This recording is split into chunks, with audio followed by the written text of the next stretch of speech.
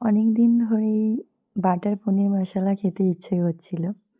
এর আগে আমার বাড়িতে, বাপের বাড়িতে আর কি, মা বানিয়েছিল ২ বার, খেয়েছিলাম।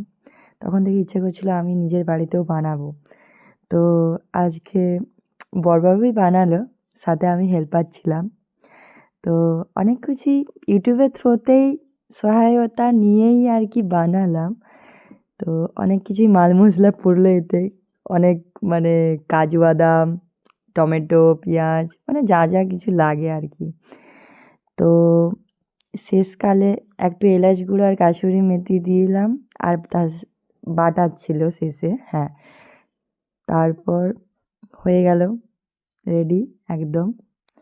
দেন এরপরে কে খাবে? আমারই খাবার পালা ফার্স্টে। রান্না করবে আমার বর আর খাবো হচ্ছে আমি।